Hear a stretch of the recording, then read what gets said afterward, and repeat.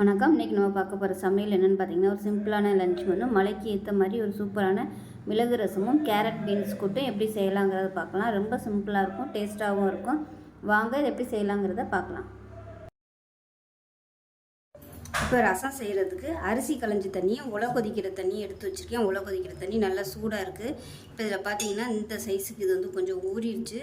2 சுண்டக்காய் சைஸுக்கு புளி வந்து எடுத்து ஊற வச்சுருக்கேன். புளி வந்து எப்பயுமே கம்மியாகவே சேர்த்துக்கோங்க. இது வந்து ஊறட்டும்.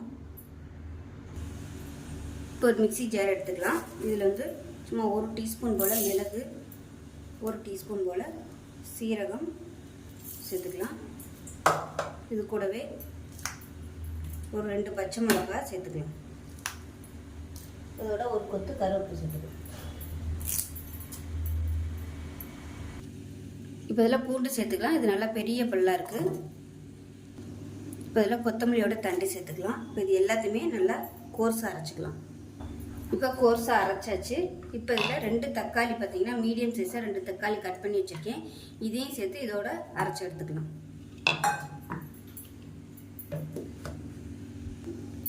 இந்த மாதிரி கோர்ஸாக இருக்கணும், ரொம்ப நைஸாக அரைக்கக்கூடாது. இப்போ தனியாக இருக்கட்டும். இப்போ ஒரு சின்ன குக்கர் எடுத்துருக்கேன். இதில் பார்த்தீங்கன்னா ஒரு கைப்பிடி அளவுக்கு பாசிப்பருப்பு, அதே மாதிரி ஒரு 3 டேபிள் ஸ்பூன் கடலைப்பருப்பு போட்டு நல்லா கழுவிட்டு எடுத்து வச்சுருக்கேன். இதில் கேரட்டும் பீன்ஸும் பொடியாக கட் பண்ணி வச்சுருக்கேன். அதை சேர்த்துக்கலாம். இப்போ இதில் 2 பச்சை மிளகாய் சேர்த்துக்கலாம். இதோட ஒரு கைப்பிடி சின்ன வெங்காயம் பொடியாக நறுக்கினதை சேர்த்துக்கலாம்.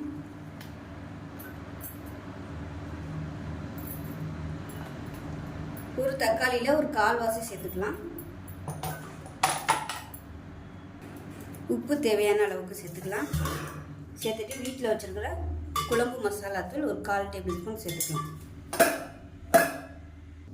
இப்போ இதில் ஒரு 1/4 டம்ளருக்கு தண்ணி ஊற்றிட்டு கலந்து விட்டு மூடி வச்சிடலாம். மூடி வச்சுட்டு நல்லா ஒரு 2 விசில் விட்டுட்டு ஸ்டீம் போனதுக்கப்புறம் பார்க்கலாம். இப்போ ரசம் வைக்கிறதுக்கு பேன் எடுத்திருக்கேன். புளி கரைச்சி, அதாவது புளி ஊற வச்சுருந்தது வந்து கரைச்சி எடுத்து வச்சுருப்பேன். இப்போ வந்து பேன் சூடாகட்டும். பேன் சூடானதை எண்ணெய் சேர்த்துக்கலாம். நெய் சேர்த்திங்கன்னா நல்லாயிருக்கும்.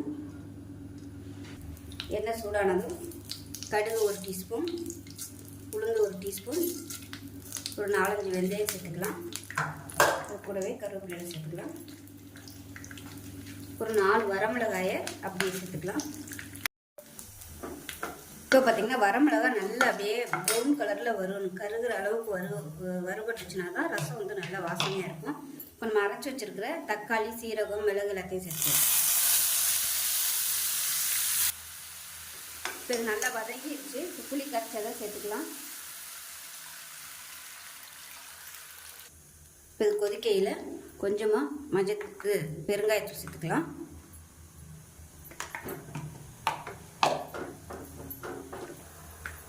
இப்போ இது கூடவே பார்த்திங்கன்னா பருப்பு வேக விட்டு, அதாவது சும்மா ஒரு கைப்பிடி மட்டும் பருப்பு வேக விட்டு நல்லா மசிச்சுட்டு அது மாதிரி விஸ்க் வச்சு நல்லா அப்படியே கரைச்சிட்டு எடுத்து வச்சுருக்கேன். இதையும் சேர்த்து கலந்து விட்டுடலாம். அவ்வளோதான். இப்போ இது எல்லாமே சேர்ந்து நல்லா அப்படியே நுரை கட்டி வரட்டும். இப்போ மஞ்சத்தூள் சேர்த்துக்கலாம். கம்மியாக இருக்குது, சேர்த்துக்கலாம். நுரை கட்ட ஆரம்பிக்குது. இப்போ மேலாப்பில் கொத்தமல்லியில் சேர்த்துக்கலாம். இப்போ பார்த்திங்கன்னா நல்லா நுரை கட்டி வந்துருச்சு. அமர்த்திடலாம். அவ்வளோதான். இதுக்கு மேலே வந்து நம்ம கொதிக்க விடக்கூடாது. இப்போ நமக்கு அருமையான மிளகு ரசம் ரெடி ஆயிடுச்சு. இப்போ இந்த பாத்திரத்தில் வந்து உப்பு போட்டிருக்கேன், கல் உப்பு. இப்போ நம்ம அந்த ரசத்தை ஊற்றிக்கலாம்.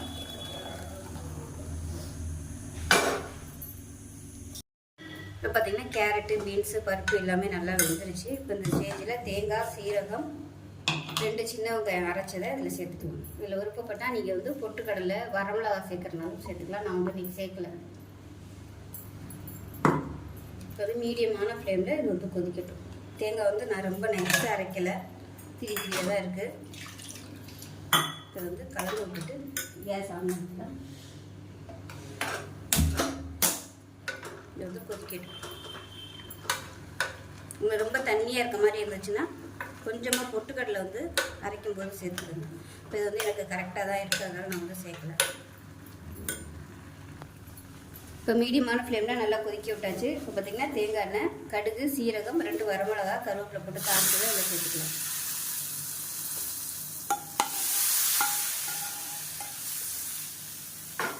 அவ்வளோதான். அருமையான கேரட் பீன்ஸ் கடலைப்பருப்பு போட்டு ரெடி ஆயிடுச்சு.